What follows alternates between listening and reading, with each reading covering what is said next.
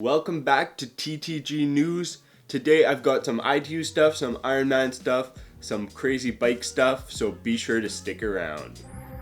So before we get started, I have to remind you guys to come to the live stream tomorrow. We are going to be watching the Kona race all together, and you guys can ask me and a bunch of my triathlon friends questions.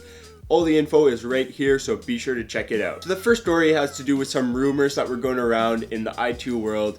Basically, people are just kind of making up stuff because they want to talk about it. But people were saying that Mola and Alistar Brownlee were not on the greatest terms and were not talking to each other. But when Mola was actually asked by a reporter if him and Alistar had some beef, he basically said that whatever was going on, they talked it out, there's no problems whatsoever, and they're on really good terms. I usually don't really like to believe these things because I think people are just making them up.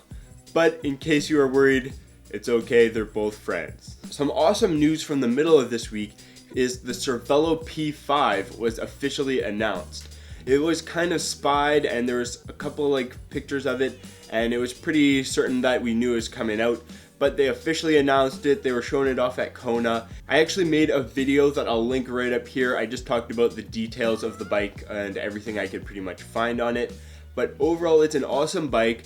Super similar to the Diamondback Andean in the way the frame is shaped towards the wheel, but it looks even crazier, has some really intense lines through it, and as you can see, it doesn't have a seat tube at all. It's basically just one beam. I think it's called a beam design, something like that. But it looks insane. I'm sure it's super fast. I can't wait to see how it stacks up against the Diamondback Andean, since there's such similar designs. The Cervelo is a lot more expensive than the Andean though, starting at $11,000, where the Diamondback starts at $6,200.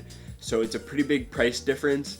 But if I had the choice, I would definitely pick the Cervelo. Looking at these two bikes and seeing how aerodynamics are moving more towards having a larger frame in the middle and kind of directing the air that way and making the frame come right up close to the wheel, I've been wondering, what the heck is the TriRig Omni thinking? I don't know what kind of wind tunnel or what kind of design they're going for, but it seems like they're doing the exact opposite of what Cervelo and Diamondback have engineered. The TriRig Omni has a huge space right in between the two wheels, and if I take the logic of the Diamondback and the Cervelo, that should be the opposite of what you want to do. But of course, I'm not a bike engineer, so I don't really know. If you know what the TriRig Omni is doing, maybe they know some insane technology, let me know in the comments. Of course, the Ironman World Championships in Kona are going to be tomorrow, so there's been a lot of hype this whole week, a lot of interviews with athletes, all that type of stuff.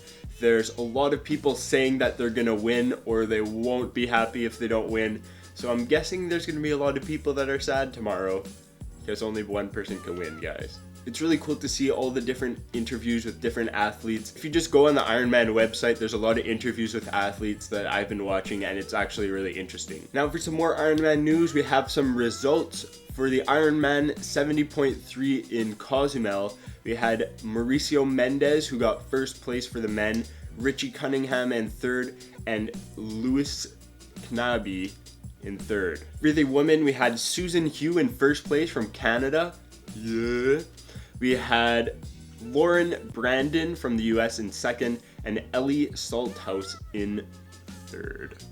One more Ironman race before we move on to some more news is the Ironman Barcelona. In first place was Patrick Nilsson, second place Ivan Tututkin from Russia, and Miquel Blanchard-Tinto in third. For the women, Astrid Steinen was in first, Elizabeth Gruber was in second, and Anna Watkinson in third. If you guys didn't know, at Ironman Kona, it's a tradition to have an undie run. So basically everyone that's competing in the race just takes off all their clothes and starts running. So anyways, it's really cool, looks like a lot of fun, and something that would be really cool to do one day. A bit more Ironman news, since a lot of this is coming out leading up to the race tomorrow, but Andrew Messick has announced that the 2018 70.3 race is going to be in Port Elizabeth in South Africa. So if you guys are interested in racing there, be sure to qualify.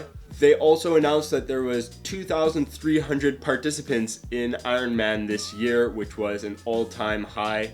There's also a lot more women this year than there were last year, so I guess it's really awesome to see that the Ironman races are getting more and more popular. So that's all the news I have for you guys today. But if you watched all the way to the end, I want to give you guys a little suggestion and hopefully you guys like it.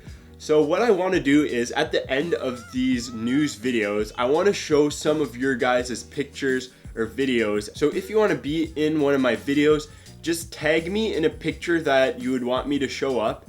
It can be just your gear, it can be you training, it can be you racing, whatever. I'll pick the favorite ones that I like. You can do it on Instagram, Twitter, Facebook, whatever works for you.